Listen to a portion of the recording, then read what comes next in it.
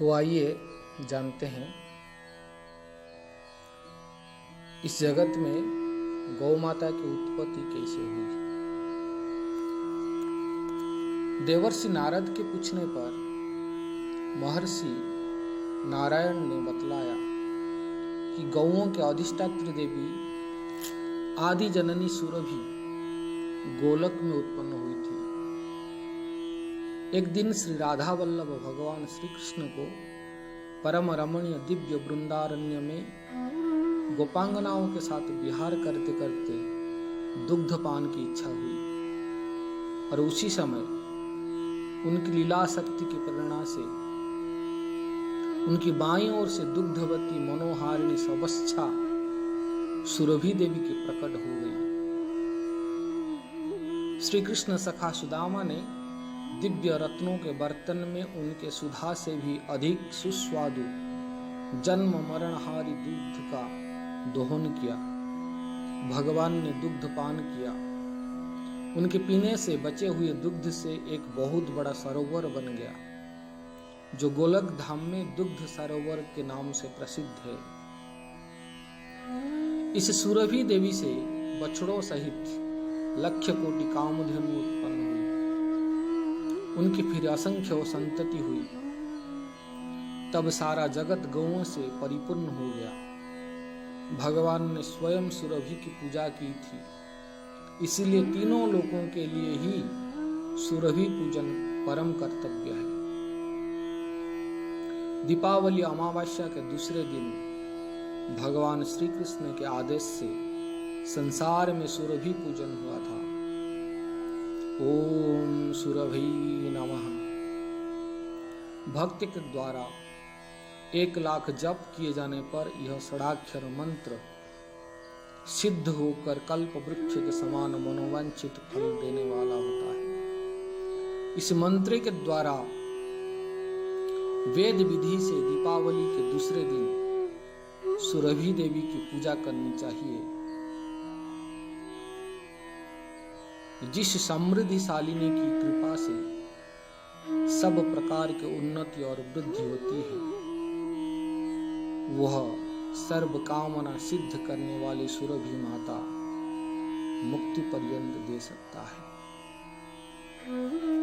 ब्रह्मवैवर्त्य पुराण में कहा गया है, लक्ष्मी स्वरूपाम परमाम राधा सहचरीं पराम गवामधिष्ठात्री देवीं गवामाद्यं गवां प्रसूं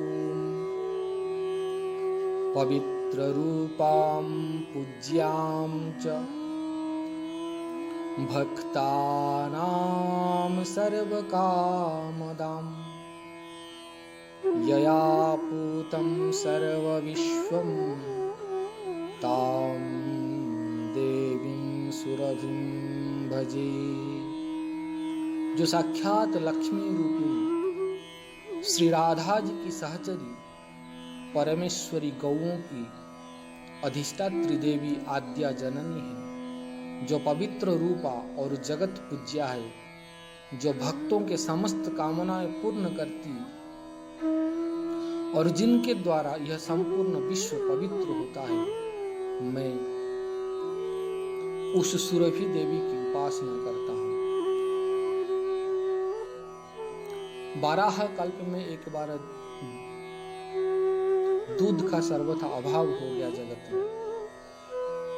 तब देवराज इंद्र ने ब्रह्मा जी की आज्ञा से सुरभि का स्तवन किया।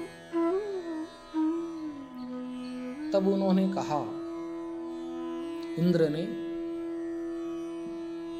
आद्या जननी गौ माता सुरभि की प्रार्थना करते हुए कहा, नमो देवै महादेवै सुरभ्यै च नमो नमः गवां बीजस्वरूपायै नमस्ते जगदम्बिके नमो राधा प्रियायै च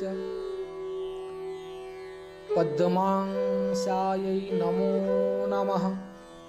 नमो राधा प्रियायै च पद्मांसायै नमो नमः। नमः कृष्ण प्रियायै च गवां मात्रे नमो नमः। कल्पवृक्षस्वरूपायै प्रदात्रै सर्वसम्पदां श्रीदायै धनदायै च बुद्धिदायै नमो नमः। शुभदायै प्रसन्नायै गोप्रदायै नमो नमः।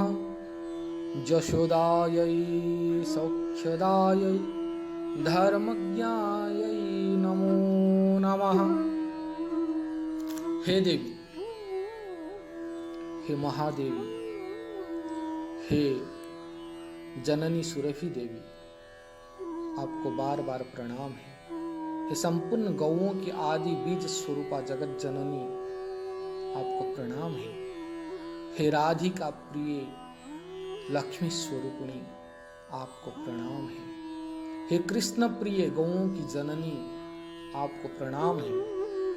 हे कल्प वृक्ष स्वरूपा समस्त संपदाओं को प्रदान करने वाली, श्री धन और बुद्धि देने वाली, आपको प्रणाम है। हे परम प्रसन्न रूपा समस्त शुभ और गौओं की प्रदाता, आपको प्रणाम है।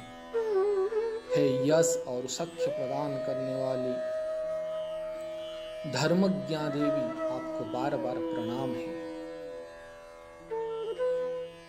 देवराज इंद्र के इस स्तवन को सुनकर सनातनी जगत जननी सुरभि देवी संतुष्ट और हर्षित होकर ब्रह्मलोक में ही प्रकट हो गई और इंद्र को अति दुर्लभ मनमाना वर देकर गोलोक को लौट गई। सारा जगत दुग्ध से परिपूर्ण हो गया। दुग्ध से घृत उत्पन्न हुआ और घृत से यज्ञ हुआ और यज्ञ से देवताएं फिर से परिपृष्ट हो गए, समृद्ध हुए, बलवान हो गए, अमृतमय हो गए और तेजवान हो गए। यज्ञ से देवताओं की तृप्ति हो गई। दुग्धात् घृतं ततो यज्ञस्ततः प्रीतिः सुरस्व च। इदं स्तोत्रं महापुण्यं भक्तियुक्तश्च यः पठेत् स गोमान् धनवांश्चैव कीर्तिमान् पुण्यवान् भवेत्। सुस्नातः सर्वतीर्थेषु सर्वयज्ञेषु दीक्षितः इहलोके सुखं भुक्त्वा यात्यन्ते कृष्णमन्दिरम् शुचिरं निवसे तत्र कुरुते कृष्णसेवनं न पुनर्भवनं तस्य ब्रह्मपुत्र भवेत्। जो मनुष्य भक्ति पूर्वक इस महापुण्य स्वरूप गो स्तोत्र का पाठ करता है, इस गौ माता की जो महात्म्य है उसकी पठन करता है, श्रवण करता है, वो गो धन कीर्ति और पुण्य को प्राप्त होता है। उसने संपूर्ण तीर्थों में भली भांति स्नान कर लिया, संपूर्ण यज्ञ की दीक्षा ले ली, अर्थात उसे समस्त तीर्थ स्नान और यज्ञानुष्ठान का फल मिलता है। फिर इस लोक में वो सुख पूर्वक जीवन बिताकर अंत में भगवान श्री कृष्ण के निज धाम में जा पहुंचता है और वहां चिरकाल तक निवास करके भगवान श्री कृष्ण की सेवा करता है। हे नारद जी, उसका फिर संसार में पुनर्जन्म नहीं होता। यज्ञांगम कथिता गावो यज्ञ एव च वासव एताभिश्च विना यज्ञो न वर्तेत कथंचन। यज्ञ के बिना देवताएं परिपुष्ट नहीं होते हैं, तेजमय नहीं होते हैं और मनुष्यों को वरदान भी नहीं दे पाते हैं। और यज्ञ कैसे होता है? गाय के बिना यज्ञ संभव ही नहीं है। इसलिए हमारे हिंदू सनातन धर्म में गौ माता को सर्वोत्कृष्ट, सर्वोपरि माँ के रूप में, माता के रूप में पूजा जाता है। क्यों? जैसे माँ अपने बच्चे की भली भांति हर प्रकार से ही सुरक्षा प्रदान करती है, उसकी सेवा करती है, उसको परिपुष्ट करता है, उसका देखभाल करती है, वैसे ही गौ माता भी इसी संसार को अपने हर एक चीज से, गोमय, गौमूत्र, दुग्ध, दधी, माखन, हर चीजों से वो जगत को परिपुष्ट करती है, उसको समृद्धि करती है। इसीलिए सनातन हिंदू धर्म में गौ को माता के रूप में पूजा जाता है। जय गौ माता। तो आइए